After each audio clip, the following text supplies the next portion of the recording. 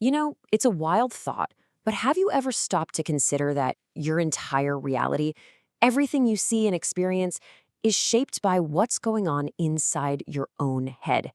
It's a huge concept, and today we're going to unpack a story that shows exactly how powerful that idea really is.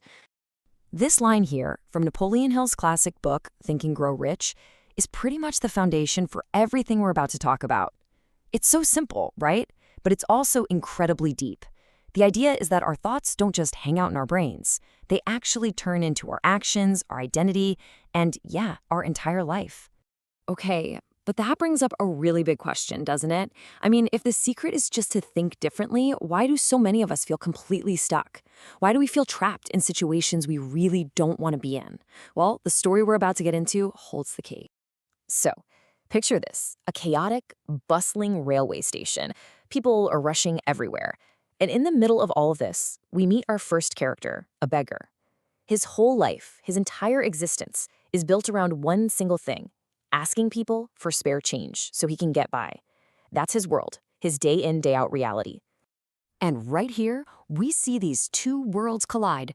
On one hand, you've got the beggar, who's living in a world of scarcity. His whole focus is on receiving, and it's all based on this deep down belief that says, I have nothing to give. Then, along comes this sharp, well-dressed businessman who is the total opposite. His world is all about opportunity, all about exchanging value. So the beggar goes up to the businessman, expecting a donation. But instead of getting a coin, he gets hit with this question. And it's not meant to be an insult, not really. It's a challenge. It's a question so out of left field that it just shatters the beggar's entire routine and makes him look at himself in a completely new way. And you can just imagine the beggar is just floored. He mumbles something like, "Of course not. I have nothing to give." But the businessman's words just echo in his head, and he starts to realize, okay, that wasn't cruel. That was the truth. It was a challenge designed to wake him up. And boy, does he think about it. For 2 whole days, he's so consumed by this idea that he doesn't even beg. He's just wrestling with this concept. If you want to receive, you have to give first. He's turning it over and over, trying to figure out what in the world someone like him could possibly have to offer. And then, on the 3rd day, something clicks. He spots something he's probably seen 1,000 times but never really noticed. A patch of wildflowers growing right there by the train tracks. And this is it. This is the moment the shift starts. It begins with that little epiphany, seeing value where he saw nothing before. That leads to an idea. And, most importantly, it leads to action. He decides he's done just taking. He's going to start giving.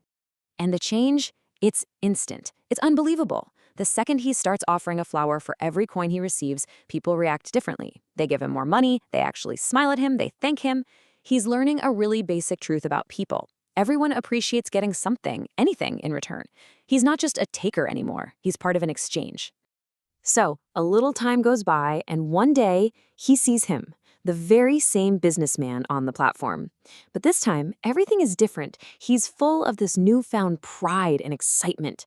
He rushes over, but not to ask for money.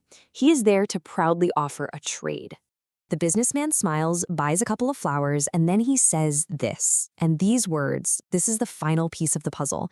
He doesn't just say, "Hey, good job." He completely redefines the man's identity. He sees him as a peer, not a beggar who learned a trick, but a fellow businessman. And that's when the light bulb goes off for good. He finally gets it. The secret wasn't the flowers. The secret was realizing he was a trader, an entrepreneur. People weren't giving him charity anymore. They were customers. They were paying him for a product. His entire identity had shifted from the inside out. And with this new way of seeing himself, he leaves that train station behind forever. The results are just staggering. Only 6 months later, 2 well-dressed men meet on that same platform. One is the original businessman, and the other? It's the former beggar, now a successful flower merchant on his way to close his next big deal. The transformation is absolutely complete. That old label of beggar has been completely wiped away, not just by what he did, but by the change that had to happen in his mind first. Where there used to be a businessman and a beggar, now there are just 2 equals. And when the businessman asks him what on earth happened, how he changed so much, he says this. This is the core lesson of the whole story. It wasn't about learning a new trade. It was about seeing the potential that was already in him the entire time. The only thing that changed was how he saw himself. So, what are the big takeaways for us from this little story? Well, first, your mindset isn't just a bunch of random thoughts, it is literally the architect of your life. Second, there's a paradox to success. You only truly start receiving after you learn how to give. And finally, your real potential isn't something you have to go out and find. It's unlocked by how you decide to see yourself, right here, right now. And that really just leaves one last and maybe most important question. This one's for you. The man in our story, he found his flowers. They were simple, they were small, and they were right there in front of him all along. So how about you? What's your flower? What's that unique bit of value that you can start offering to the world today?